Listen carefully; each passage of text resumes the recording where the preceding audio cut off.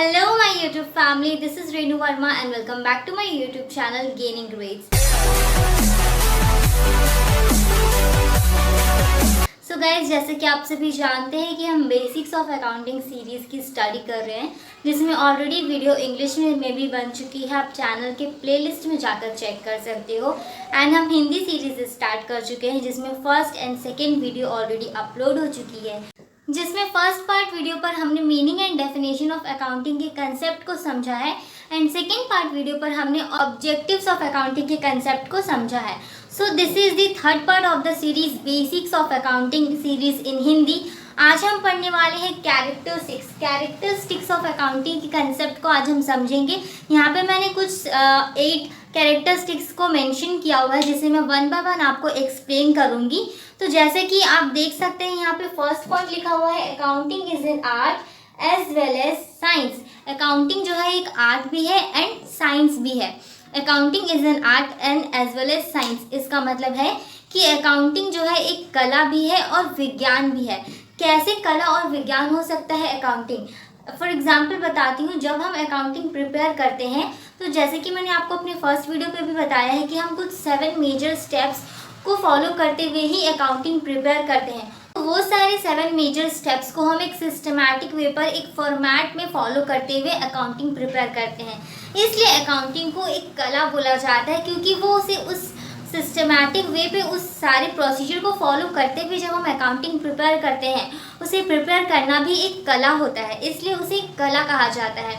And science इसलिए बोला जाता है क्योंकि जैसे कि साइंस के कुछ स्पेसिफिक रूल्स एंड टर्म्स होते हैं, जो साइंस जो है वो स्पेसिफिक कंडीशंस पे अप्लाई किया जाता है। तो वैसे ही अकाउंटिंग में भी कुछ उसके स्पेसिफिक टर्म्स एंड कंडीशंस है, कुछ प्रिंसिपल्स है, जिसे फॉलो करते हुए आप अकाउंटिंग प्रिपेयर करते हो। अकाउंटिंग को आप अपने हिसाब से चेंज करके नहीं प्रिपेयर कर सकते।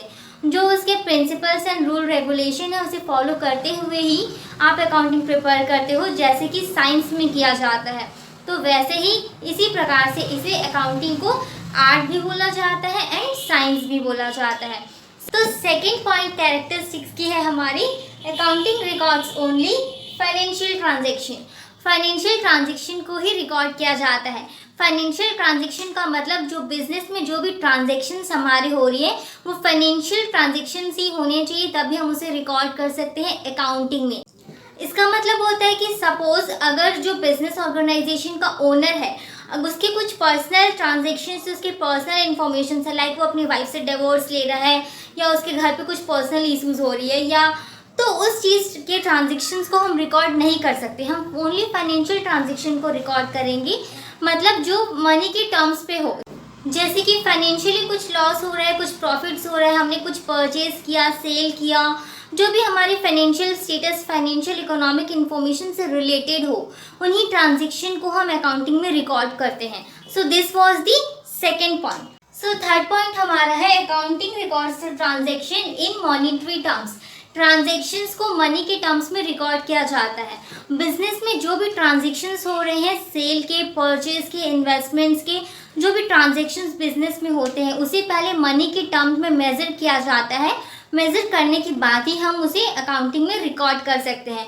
सो this is the third characteristics of accounting. And fourth characteristic is classifying into ledger. सारी ट्रांजैक्शंस को लेजर अकाउंट में क्लासीफाई किया जाता है, जिसे मैंने ऑलरेडी अपनी प्रीवियस वीडियो पर भी बताया है।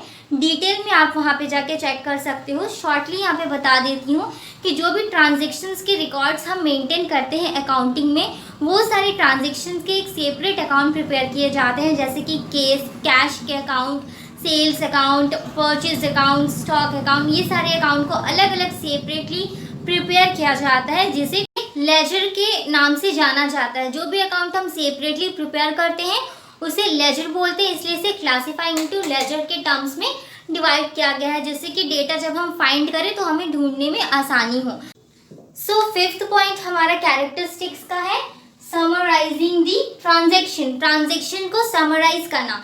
समराइजेशन में हम बैलेंस शीट प्रिपेयर करते हैं, जिसमें हम एसेट्स एंड लायबिलिटीज की डिटेल्स को एज अ समरी मेंशन करते हैं, जिसमें जो भी एसेट्स एंड लायबिलिटीज हमारे बिजनेस ऑर्गेनाइजेशन में at the end of the year available है, वो हम चेक कर पाते हैं। तो इस टर्म को हम समराइजेशन बोलते हैं। This is the fifth characteristics of accounting. So sixth point है हमारा interpreting the business transaction. Business transaction को इंटरप्रिटेट करना। Interpretation is a similar to analysation. Interpretation मतलब होता है एनालाइज करना, चीज़ों को एनालाइज करके हम सारे ट्रांजेक्शन्स को एक बार सारा प्रिपेयर करने के बाद एनालाइज करते हैं। तो this is the sixth point. So the next point is communicating the economic informations to the users.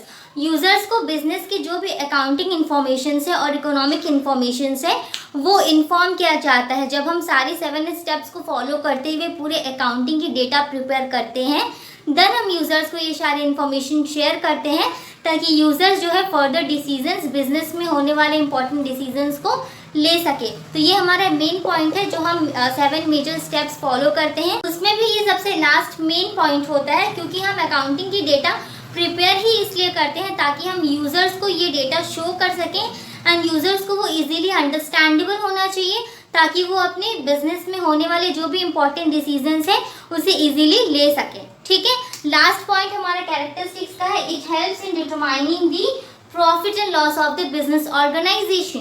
Business organisation में जो भी प्रॉफिट एंड लॉसेस होते हैं उसे कैलकुलेट करने में अकाउंटिंग हेल्प करता है। अकाउंटिंग में हम trading and profit and loss account prepare करते हैं जिसके थ्रू हम प्रॉफिट एंड लॉस बिजनेस के जान पाते हैं every end of the year, ताकि हम हर साल अपनी इंफॉर्मेशंस को कंपेयर करके चेक कर सके अपने बिजनेस के प्रोग्रेस को कि हमारे बिजनेस अभी कितनी प्रोग्रेस पर चल रही है।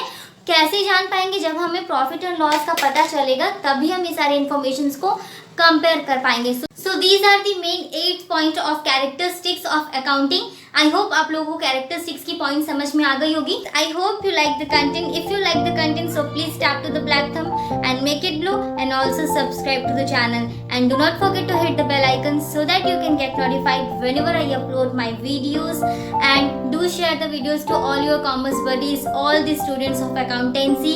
Thank you for watching the videos till the end. We will meet soon on my next video lecture.